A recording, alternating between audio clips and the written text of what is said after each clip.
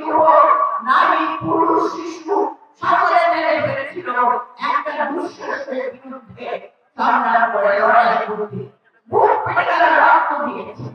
আজকে তরুণ সমাজ তোমাদের উপর জাতি নির্ভর করছে, তোমাদেরকে যাতে বেকার না হতে হয়, যাতে সত্যিকার শিক্ষা ব্যবস্থা পেতে পারো, তার এই সমস্ত সংস্কার এই কার্যক্রম দিয়েছে। আমাদের মা বোনদের অধিকার প্রতিষ্ঠা করার জন্য তাদের এবং দেশকে যারা করে তোলে সেই মা বোনদের ক্ষমতার জন্য এই একটি দফা তিনি তুলে ধরেছে।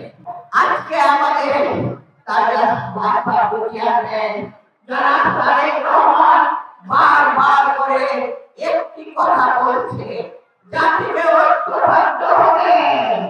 সেই ঐক্যবদ্ধ জাতি আগামী দিনে তারুণ্যের ভোট সবচেয়ে প্রথম পড়বে ধানের শীষে ভোট দিয়ে জাতিকে ঐক্যবদ্ধ করে তারেক রহমানের স্বপ্ন প্রেসিডেন্ট বেগম খালেদা জিয়ার আত্মত্যাগকে আপনারা শ্রদ্ধা জানিয়ে তারেক রহমানকে দেশে ফিরিয়ে আনবেন।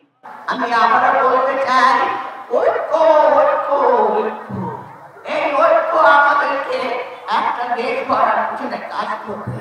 আজকে অনেক ষড়যন্ত্র হচ্ছে নির্বাচনকে পিছিয়ে দেওয়ার জন্য, নির্বাচন নষ্ট করার জন্য, কিন্তু বিএনপি লড়াই করেছে ভোট দেওয়ার জন্য, জনগণের ভোটের অধিকারের জন্য।